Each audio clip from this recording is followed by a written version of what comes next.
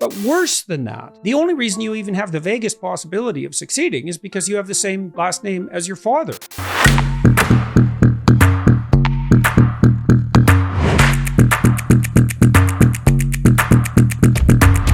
My sense of Trudeau, initially, I was very upset with his decision to run for prime minister, because I thought, well, you don't know anything, and you're attractive, and you can behave well in public, and you have a charming facade, but you don't know anything in any real sense, and there's no indication that you do. You're not particularly well educated, and you're not particularly accomplished, and this is actually a hard job.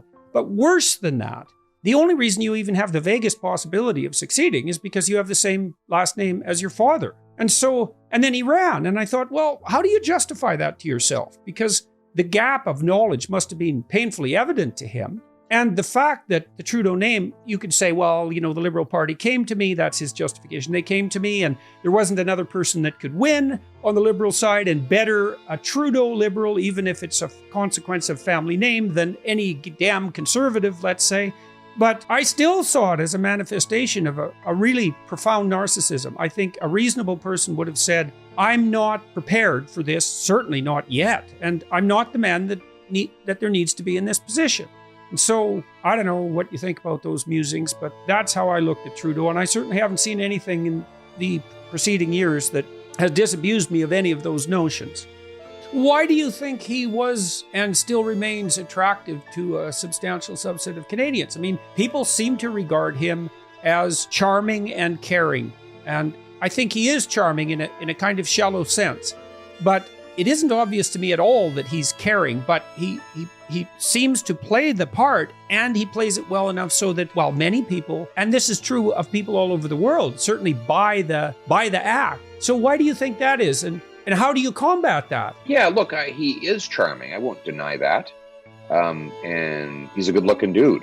But I don't think he's actually that popular. So people forget he got 32% of the vote in the last election. 68% of those who cast ballots voted against him. That's the lowest. He got the lowest share of vote of any prime minister in Canadian history. And before him, the record was set. And so what do you think of him on the personal front? I mean, one of the things that's really struck me about Singh, apart from his unconditional support for Trudeau in exactly the manner you described, is that he seems almost stunningly and singularly devoid of ideas. I haven't seen anything come out of the NDP federally that isn't just woke nonsense, that constitutes a genuine appeal, let's say, to the working class. And I also thought that and we can talk about this too, his response to the truckers' convoy was something remarkable to behold, because here you had the putative party of the oppressed working class, if anything, even more dismissive of that protest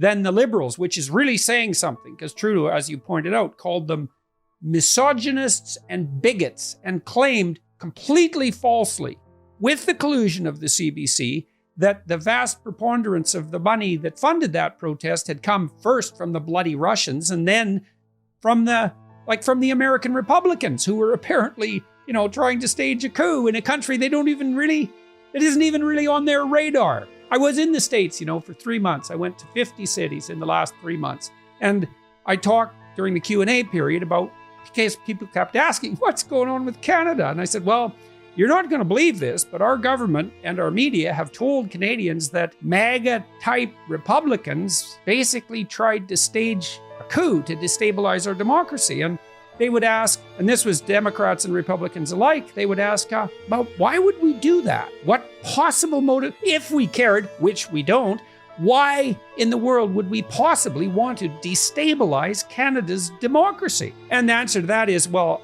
I always felt, as a representative of Canada in that situation, I always felt like I was in some sense out of my mind, because I couldn't believe that I could present that complex of ideas as a reality, and that there wasn't just something wrong with the way I was looking at the whole situation. It's so utterly preposterous.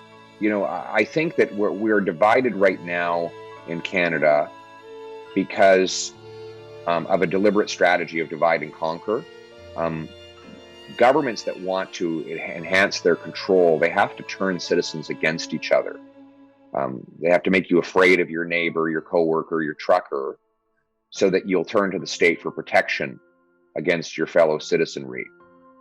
And that's the oldest trick in the book, divide and conquer. Control is by its nature divisive, because it's a zero-sum game. If one gets more control, another must have less. Freedom is quite the contrary. If your neighbor gets more freedom, you don't get less freedom. The likelihood is you'll have more as well. So if your friend has more freedom of speech, well, you'll have freedom of speech. If the immigrant has the freedom to work as a doctor, then you'll have the freedom to have a doctor. If the local small businessman has the freedom to function without red tape, then you'll probably have the freedom to buy his products more affordably, or your teenager might get a job, with the freedom to have a job with them. If the Muslim or Jew gets more religious freedom, then the Christian gets more religious freedom. And that's why freedom is a unifying principle. It brings people together because it allows each of them to be masters of their own destiny without taking anything from each other. We fight over control, whereas we fight for freedom. That is the difference. And I believe we can bind up the nation's wounds by reinstating the ancient freedoms that we inherited from our ancestors. And so I really see my role as quite an unimportant one. I'm here simply restoring what already belonged to Canadians by virtue of their 800-year inheritance of English liberties going back to the Magna Carta. I'm just among the common people who are custodians of that freedom while we're alive. Edmund Burke said it's a contract between the dead, the living, and the yet to be born. And we're the living generation has the duty to pass on that inheritance. And that's what I see myself doing, is to rekindle that inheritance and pass it on to my kids, and so they can pass it on to their kids. And I'll pass away into fade away into the past one day, but hopefully we'll have secured the freedom that we inherited for many more generations to come. And that's what I mean when I want to give people back control of their life in the present. It's also to extend it into the future.